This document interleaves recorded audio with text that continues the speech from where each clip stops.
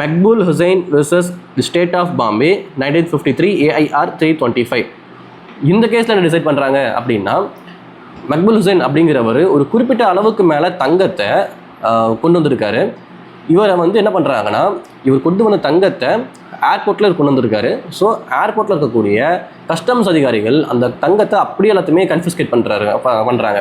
இவர் ஃபைன் கொடுக்கறதுக்கும் ரெடியாக இருக்காரு. நம்ம குறிப்பிட்ட அளவுக்கு மேலே கொண்டு வந்திருக்கிறதுனால நான் ஃபைனும் கொடுத்துட்றேன், தங்கத்தை நீங்கள் ரிலீஸ் பண்ணுங்கள், எனக்கு கொடுங்கன்னு சொல்கிறாரு. பட் கஸ்டம்ஸ் அதிகாரிகள் வந்து ஒத்துக்க மாட்டேங்கிறாங்க. அப்படிலாம் இல்லைங்க சார், அப்போது இருந்த அந்த 1954 இருந்த சட்டத்தின்படி நீங்கள் என்ன என்ன தங்கத்தின் மேலே கொண்டு வரீங்களோ அந்த தங்கத்தை கன்ஃபிஸ்கேட் பண்ணிடுவோம் நாங்கள் அப்படின்னு சொல்லிடுறாங்க. இவரும் சரிட்டு தங்கத்தையும் கொடுத்துட்றாரு. பட் அதுக்கப்புறம் என்ன பண்ணுறாங்க அப்படின்னா, அவர் மேலே கிரிமினல் கேஸும் வந்து மூவ் பண்ணுறாங்க, ப்ராசிக்யூட் பண்ணுறாங்க.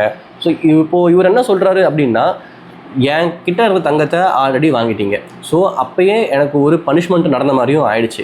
இப்போ மறுபடியும் என் மேலே ஒரு கிரிமினல் கேஸ் வந்து நீங்கள் மூவ் பண்ணுறீங்களே, இது வந்து எப்படி எனக்கு வந்து டபுள் ஜியோபாடி ஆன மாதிரி ஆகுது. ஆர்டிகல் 20 Clause 2 படி பார்த்தோம் அப்படின்னா எனக்கு ஒரு தடவைக்கு மேலே எனக்கு வந்து என் மேலே கிரிமினல் ப்ராசிக்யூஷன் நடக்கிற மாதிரி இருக்குது, மறுபடியும் நான் பனிஷ் பண்ணுற மாதிரி இருக்குது ஒரே விஷயத்துக்காக அப்படின்னு சொல்லி ஒரு கேஸ் மூவ் பண்ணுறாரு.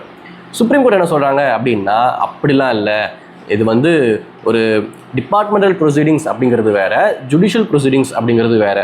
ஸோ டிபார்ட்மெண்டல் ரீதியாக ஏதாவது ஒரு ப்ரொசீடிங்ஸ் நடக்குது அப்படிங்கும்போது அது வந்து independent from the judicial proceeding அப்படின்னு சொல்கிறாங்க. ஸோ டிபார்ட்மெண்ட் ரீதியாக எடுத்த இந்த கஸ்டம்ஸ் டிபார்ட்மெண்ட் ரீதியாக எடுத்த இந்த பனிஷ்மெண்ட் ஆகட்டும், இந்த ஸ்டெப் ஆகட்டும், அது தனி. ஜுடிஷியல் ரீதியாக இப்போ உங்கள் மேலே போட்டிருக்கிற இந்த கேஸ் ஆகட்டும், இது தனி. ஸோ ஆர்டிகல் 20 Clause 2 என்ன சொல்லுது அப்படின்னா, ஒரு தடவைக்கு மேலே உங்கள் மேலே கேஸ் போடக்கூடாது, உங்கள் மேலே பனிஷ்மெண்ட் பண்ணக்கூடாதுன்னு சொல்கிற விஷயமாகுனது. இப்படி தான் ஜுடிஷியல் சைடில் மட்டும் தான் நம்ம கோர்ட் சைட்லையோ ட்ரிபியூனல் சைடில் தான் நம்ம எடுத்துக்கணுமே தவிர இந்த டிபார்ட்மெண்ட் சைடு எடுத்துக்கக்கூடாது அப்படின்னு சொல்லிட்டு இந்த கேஸை டிசைட் பண்ணுறாங்க.